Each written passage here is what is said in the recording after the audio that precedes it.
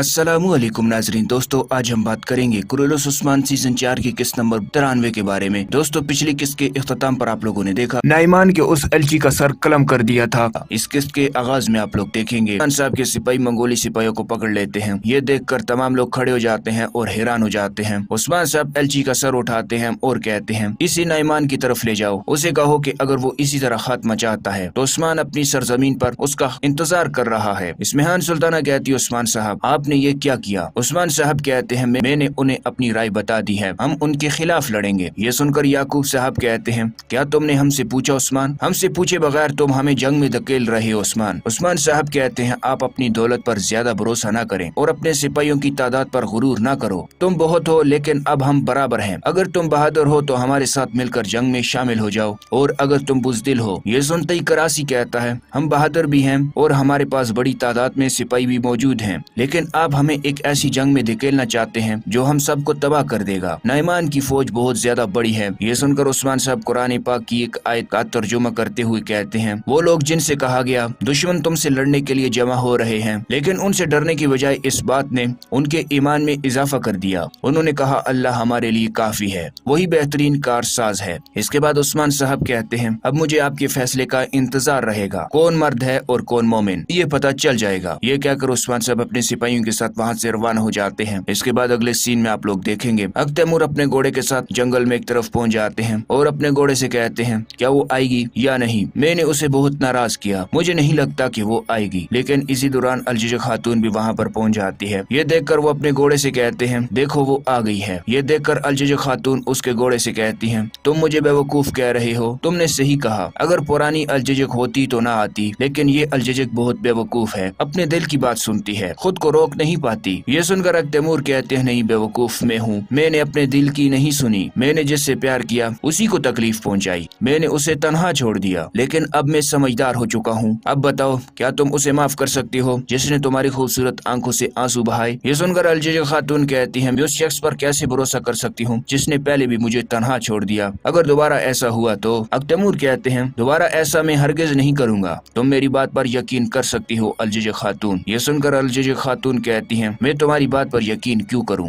तैमूर कहते हैं ये दरख्त, ये जमीन, ये परिंदे, मैं इन सब की कसम खाता हूँ मैं तुम्हें तन्हा नहीं छोड़ूंगा। चलो अब तुम मुझे बताओ क्या तुम मुझे माफ करोगी। ये सुनकर अलजिज खातून मुस्कुराने लग जाती हैं और कहती हैं मैंने तुम्हें माफ कर दिया। और दूसरी तरफ सोगूत में इस्मिहान सुल्ताना कहती है मैं जानती थी कि तुम जंग का आगाज करोगे उस्मान, जब नाइमान यहाँ पर आएगा तो उस्मान मेरी पेशकश ठुकराने पर पेशेमान होगा। उस उस्मान को लगता है कि इस तरह सरदारान उसकी अताअत करेंगे, हाँ वो समझता है कि सरदारान उसकी इज्जत करेंगे। आओ जी तुम तमाम सरदारान को खत लिखो, उन्हें कहो कि कोई भी उस्मान के साथ इत्तेहाद नहीं करेगा। आओ जी कहते हैं जो आपका हुक्म। ये कहकर आओ जी वहाँ से रवाना हो जाते हैं। जिसके बाद इस्मिहान सुल्ताना कहती है रियासत बनाने के रास्ते में तुम तबाह हो जाओगे उस्मान। और दूसरी तरफ उस्मान साहब अपने कबीले में वापस पहुँच जाते हैं। मलून खातून उस्मान साहब से कहती है हम बहुत बड़ी मुश्किल में पड़ गए हैं सरदार उस्मान, एक तरफ इस्मिहान सुल्ताना है और दूसरी तरफ मंगोल। ये सुनकर उस्मान साहब कहते हैं यकीनन मुश्किलात बहुत ज्यादा हैं। बाला खातून कहती हैं हम कुछ अच्छा काम करना चाहते हैं। ये सुनते उस्मान साहब कहते हैं मैं जानता हूँ बाला खातून, क्या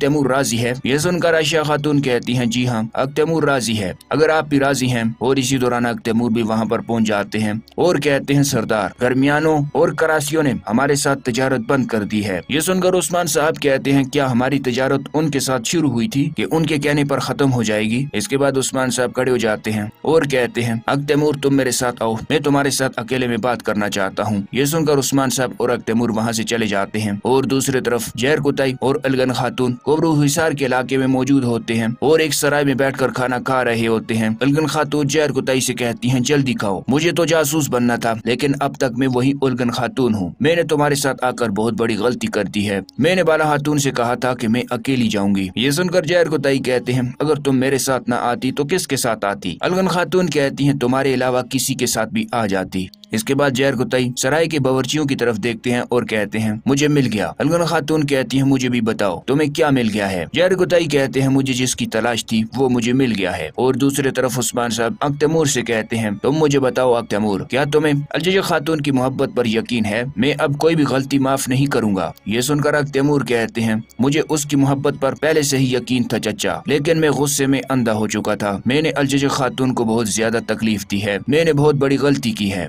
عثمان صاحب कहते हैं बेटे तुम अपनी मोहब्बत के लिए लड़ोगे और उसका ताक़ुब करोगे, सिर्फ आवाम के साथ नहीं चलोगे, मोहब्बत गलतियां माफ नहीं करती। हम तैमूर कहते हैं अब से कोई भी गलती नहीं होगी चचा, मैंने अलजजा खातून से भी बात की है, उसने मुझे माफ कर डाला। उस्मान साहब कहते हैं तो फिर ठीक है, हम भी अपना फर्ज निभाएंगे। तैमूर कहते हैं लेकिन उक्तम साहब इस्मिहान सुल्ताना के साथ हैं, ये शादी होने के साथ हम रिश्तेदार बन जाएंगे, अगर आप इस रिश्ते से परेशान हैं। ये सुनते ही उस्मान साहब कहते हैं नहीं, जो जरूरी हुआ वो मैं करूंगा। इसके बाद अगले सीन में आप लोग देखेंगे ओलफ अपने सिपाहियों के साथ जंगल में एक तरफ मौजूद होता है और कहता है इनागोल की तरफ से आने वाले खून की बदबू उस्मान को जलाकर राख कर देगी। न सिर्फ इनागोल, अब तक हमने जो कुछ खोया है हम उसका इंतकाम लेंगे, अब हम पहले से ज्यादा मजबूत हैं, हम इसी ताकत के मुस्तहिक थे। और इसी दौरान बयंदर अपने आदमियों के साथ वहाँ पर पहुँच जाता है। उसे देखकर ओलफ कहता है हमारा अहम दोस्त आ रहा है। और इसी दौरान बयंदर उसको सोने के संदूक दिखाते हुए कहता है ये हमारी दोस्ती की निशानी है ओलफ, उनके सामने हम एक दूसरे के दुश्मन होंगे लेकिन हकीकत में हम एक दूसरे के दोस्त होंगे। मैं तुम्हें इनागोल लेने के लिए हर चीज दूंगा लेकिन ये बात सिर्फ हमारे दरमियान रहेगी। ये सुनकर ओलफ कहता है मैं तुम्हारी बात समझ गया हूँ, इसका मतलब है कि इस्मिहान ने तुम्हारे से ताकत वापस ले ली है। बयंदर कहता है हाँ बिल्कुल, वो समझती है कि बयंदर अहमक है लेकिन अब मैं उन तमाम लोगों को तबाह कर डालूंगा, तुम और मैं अजीम शराकतदार बनेंगे। ये सुनकर ओलफ कहता है इस्मिहान के आने से पहले हम एक अच्छे शराकतदार थे लेकिन उसके आने के बाद उसने हम दोनों को अपना मातहत कर दिया। बयंदर कहता है उस्मान अलजजा खातून का हाथ मांगने जा रहा है। ये सुनकर फरीक कहती है क्या ये वही अलजजा खातून है जिससे तुम्हारी शादी होने वाली थी? ये सुनकर बयंदर कहता है रुको खातून, दुल्हन अभी अपने घर से रुखसत नहीं हुई, सिर्फ अल्लाह ही जानता है कि आगे क्या होगा। ओलफ कहता है वहाँ पर कौन कौन जाएगा? बयंदर कहता है इस्मिहान और तुर्गुस समेत तमाम लोग जाएंगे लेकिन इनागोल में तदबीर बढ़ाए जाएंगे लेकिन चरवाहे के बगैर रेवड़ बिखर जाता है, तुर्गुस साहब वहाँ पर मौजूद नहीं होगा, तुम इस मौके का फायदा उठाओगे। ये कहकर वो एक दूसरे को हाथ मिलाते हैं। ओलफ कहता है मैं इनागोल लूंगा। इसके बाद अगले सीन में आप लोग देखेंगे जहर कुतई अपना बेस बदल कर कोबरू हिसार किले की जानब जा रहे होते हैं। इसके बाद वो अपनी हालत बिगाड़ कर रास्ते में एक जगह छुप जाते हैं और जैसे ही एक शख्स अपनी खातून के साथ घोड़ा गाड़ी पर बैठकर वहाँ से गुजरता है, जहर कुतई रोते हुए उनके सामने आ जाते हैं और कहते हैं उन्होंने हमारे सराय पर हमला कर दिया है और सब कुछ तबाह कर दिया है। मैं और मेरी बाजी बड़ी मुश्किल से जान बचाकर यहाँ पर पहुँचे हैं, बराए मेहरबानी हम पर रहम कीजिए और कम से कम कोबरू हिसार तक हमें ले जाएं। ये सुनकर वो शख्स कुछ सोचने लग जाता है। इसके बाद अगले सीन में आप लोग देखेंगे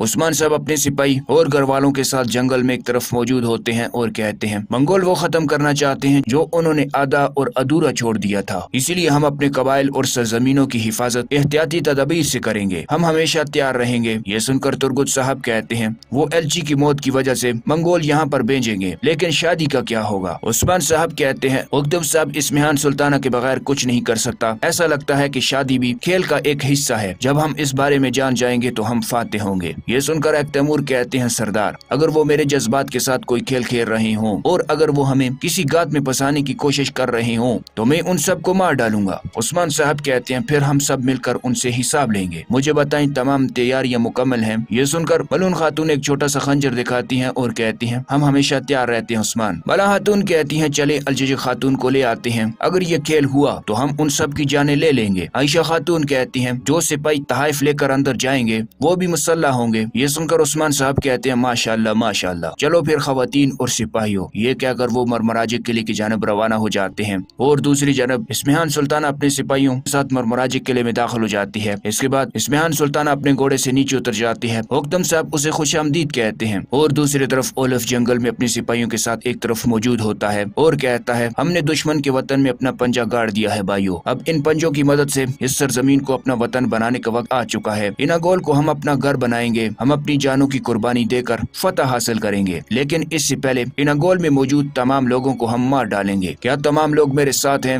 ये सुनकर तमाम लोग कहते हैं हम तुम्हारे साथ हैं ओलफ। और इसी दौरान दान अपने घोड़े पर सवार होकर वहाँ पर पहुँच जाता है। ओलफ कहता है आओ दान, क्या तुमने आग लगा दी है? दान कहता है बिल्कुल मैंने आग लगा दी है, तुम्हारे हुक्म के मुताबिक मैंने इनागोल के आसपास के इलाके में आग लगा दी है। ये सुनकर ओलफ कहता है बहुत अच्छे, आग बुझाने के लिए इनागोल के सिपाही जैसे ही बाहर निकलेंगे जिसके बाद दरवाजा खुलने पर हम इनागोल में दाखिल हो जाएंगे, क्या तुम लोग मेरे साथ हो? ये सुनकर तमाम लोग कहते हैं हम तुम्हारे साथ हैं। और दोस्तों ये किस्त यहाँ पर खत्म हो जाती है, नेक्स्ट एपिसोड में मिलते हैं, तब तक अल्लाह हाफिज। उस्मान साहब ने जिरगे में कहा मैं नाइमान को दीत और टैक्स तो क्या, मैं अपने कबीले का कुत्ता भी नहीं दूंगा। औजी दीवान में अंदर आते हैं और कहते हैं वालिदा सुल्तान। नाइमान का एलची पहुंच चुका है। वालिदा सुल्तान कहती है उसे अंदर ले आओ। इसके बाद वो एलची अंदर आ जाता है। वो एलची कहता है कमांडर नाइमान ने समागर की दीद तलब की है और महसूलात भी बढ़ाने का हुक्म दिया है और उस्मान साहब का सर भी तलब किया है। और दूसरी तरफ शहनशाह उलफ से कहता है मैंने मुसलमानों के खिलाफ एक बहुत बड़ा लश्कर तैयार किया है जिसकी क़यादत तुम करोगे उलफ। उलफ कहता है हम मुसलमानों को खत्म करेंगे, ये ज्यादा मुश्किल नहीं है क्योंकि इस्मिहान सुल्ताना ने पहले ही इत्तेहाद को तोड़ डाला है और एक बार फिर वो उन्हें मंगोलों के खिलाफ मुतहिद कर रही है। शहनशाह कहता है तुम इस्मिहान सुल्ताना के साथ होगे और तुम ये अपना वजीफा छुप कर सर अंजाम दोगे ताकि इस्मिहान सुल्ताना को मालूम ही ना हो पाए कि हमारी फौज उसकी सरजमीन में दाखिल हो चुकी है। अब तुम मेरी बात गौर से सुनो उलफ। इसके बाद अगले सीन में आप लोग देखेंगे उस्मान साहब एलची से कहते हैं मैंने ठीक से नहीं सुना, तुम क्या कह रहे हो? वो एलची कहता है मैंने सुना था सरदार बेवकूफ होते हैं, अब देख लिया सरदार बैरे भी होते हैं। नाइमान समागर के बदले दीद और बगावत के बदले महसूलात चाहता है और तुम्हारा सर भी चाहता है उस्मान। उस्मान साहब कहते हैं अगर मैं उसे अपना सर दे दूं तो क्या वो इस सरजमीन को छोड़ देगा?